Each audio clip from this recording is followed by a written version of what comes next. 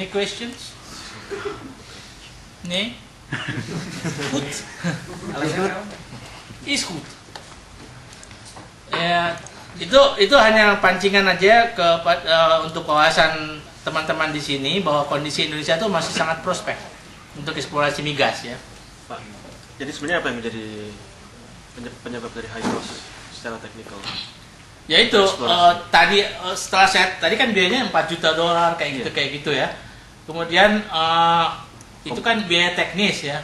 Tapi untuk mendapatkan konsesi lapangan juga itu ada fee-nya yang secara resmi maupun tidak resmi gitu. Ya, jadi yang secara teknis lah. Yang secara teknis tadi $4 juta itu apa? Ya, memang semuanya masih impor masalahnya, alatnya segala macam. Kayak seismik itu kita nggak pernah bisa bikin alatnya. Air gun itu yang buat menghasilkan energi buat seismik itu harganya $50.000 satu. Yang berapa inci itu, yang cuman berapa? 76 inci itu. 76 inci kan cuma segini ruangannya. Kecil segini, air gunnya segini panjangnya, segini gedenya nih. Itu harganya $50.000 satu. Itu baru alatnya doang. Nanti kan ada lagi kursusnya segala macam gitu. Terus instalasi kan kapal harus dimodifikasi untuk itu. Karena kita nggak cuma satu air gun, harus banyak untuk menjadikan multi channel seperti itu.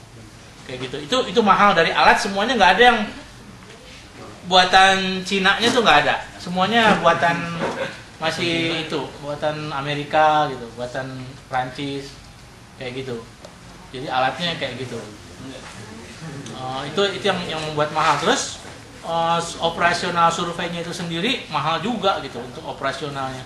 Karena menggunakan kapal besar, teknisi yang secara profesional harus dibayar mahal juga. Itu mahal sekali. Tadi setelah saya kasih tahu ke profesor saya, ini biayanya sekian nih, $20 sampai $50 juta kalau di laut untuk eksplorasi doang gitu. Kata profesor saya, wah itu sih murah katanya. Dia bilang gitu. Kata si Cronenberg itu. $20 juta bayangin. Tapi memang kalau dapat kayak Konoko tuh dapat lapangan raksasa itu yang minyaknya besar sekali. Itu ya kebayar langsung dari pemboran eksploitasi, begitu ada kebayar semuanya. Yang bertanggung jawab melakukan eksplorasi sebenarnya pemerintah atau swasta yang akan eksploitasi? Ya kalau di situ kan ada di undang-undang tadi apa itu kegiatan eksplorasi, apa itu kegiatan eksploitasi. Pemerintah itu kan ada BP Migas, Badan Pelaksana Migas dan Pengawasan Migas. Kemudian ada juga Dirjen Migas di bawah kementerian gitu. Kalau untuk lapangan-lapangan yang sudah produktif, cekungan yang sudah produktif terdiri dari banyak lapangan itu dilaksanakan pengawasannya maupun penjualannya oleh sini nih BP Migas. Tapi untuk melakukan eksplorasi lebih banyak oleh Dirjen Migas. BP Migas tidak pernah melakukan eksplorasi. Itu swasta, sama dia dikasihin ke swasta. Kamu mau ngapain? Mau eksplorasi? Oh bayarnya sekian. Ini lapangannya ini, silahkan. Terus nanti datanya kasihin ke kami gitu. Selain dia punya juga duplikatnya kasihin ke kita. Itu swasta yang melaksanakan. Kalau di BP Migas itu. Tapi kalau Dirjen Migas, dia sendiri ke lapangan. Menteri saya tuh, Dirjen Migas itu di bawah menteri itu, dia punya ahli-ahli geologi dan geofisika yang ke lapangan gitu. Pakai biaya pemerintah gitu. Masalahnya, walaupun di sini pemerintah ada dananya untuk eksplorasi migas, itu tidak secanggih kalau yang melakukan swasta gitu. Masalahnya itu. Mengapa tidak?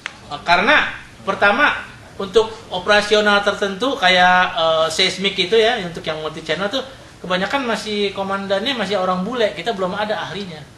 Kebanyakan orang bule gitu. Kita sudah ada ahli-ahli tapi nggak banyak gitu loh untuk seluas Indonesia itu. Itu adanya di misalnya pegawai negeri yang bisa kayak gitu tuh nggak ada lah seperti swasta gitu. Dan dananya pun kita lebih terbatas gitu dibandingkan si swasta. Swasta tuh yang tadi tuh dari biaya BPMG sudah dari swasta semua. Kalau kita paling nggak sampai segitu. Paling-paling kita cuma satu kali dalam seismik itu 2 lintasan aja udah, cuman berapa kilo, ratus kilo. Paling kita cuma $1 juta paling gitu punyanya. Nah, tapi kenapa saya masih punya harapan? Karena apa? Kalau swasta itu kan betul-betul dihitung secara profesional di ekonomis gitu. Walaupun biaya besar tapi harus kembali uang itu dalam sekian tahun. Jadi kalau saya akan kasih duit yang betul-betul kira-kira prospek di situ. Kalau pemerintah enggak, kita kan ilmiah di mana aja, itu dari peta itu. Jadi dan uangnya gratis dikasih, nggak usah dikembalikan kan gitu kalau pemerintah. Maksudnya di mana saja? Bagaimana? Ya berdasarkan peta tadi, ya Anda boleh di mana aja, itu kan daerah kami kata pemerintah. Anda mau survei di mana saja gitu. Nah, jadi saya di sini apa yang kita bisa ambil pelajaran yaitu bagaimana kita ini punya ide bisa menggunakan fasilitas yang ada di pemerintah itu, yang gratis itu. Masalahnya kalau di swasta kita bikin proposal itu kalau nggak ada jaminan itu kita harus kembaliin duit gitu loh. Atau si swasta itu ngitung-ngitung. Nggak ada jaminan dapat. Kamu nggak akan saya kasih duit kalau kira-kira proposal kamu tidak menghasilkan uang buat.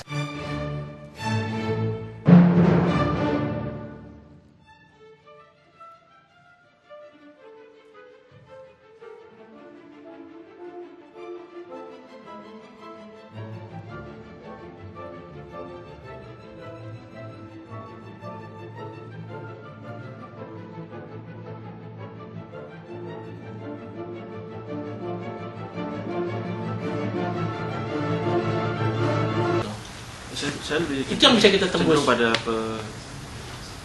swasembada dari infrastruktur yang dibutuhkan untuk eksplorasi itu sendiri. Jadi pengadaan teknologi yang murah sehingga siapa saja bisa melakukan, khususnya pemerintah, Dirjen Migas bisa melakukan eksplorasi seluruh Indonesia itu secara murah. Jadi pengadaan teknologi yang murah. Iya, saya kan tadi bilang sebetulnya dari Kopilda pertama yang teknologi elektromagnetik itu sudah memberikan gambaran sifat dari gelombang elektromagnetik itu bukan seperti seismik yang berupa tekanan, pressure, sehingga cuma beda tekanan densitas satu dengan yang lain, tapi jenis medianya itu sendiri dia bisa dideteksi gitu sama elektromagnetik. Itu yang harus kita kembangkan. Masalahnya metode lapangannya masih sama antara seismik dengan elektromagnetik, lama gitu di laut dan wah berkilo-kilometer, terus 3 kilometer buntutnya si streamer seismik itu yang 1000 channel tuh 3 km, bayangin. Belum kalau nyangkut ke jaring penduduk. Bener, tiba-tiba di monitor, wah ini channel 1 kok nggak ada nih. Ternyata sama penduduk digergaji. Bener. Di laut itu bisa begitu. Itu mungkin bisa dimodifikasi, Pak.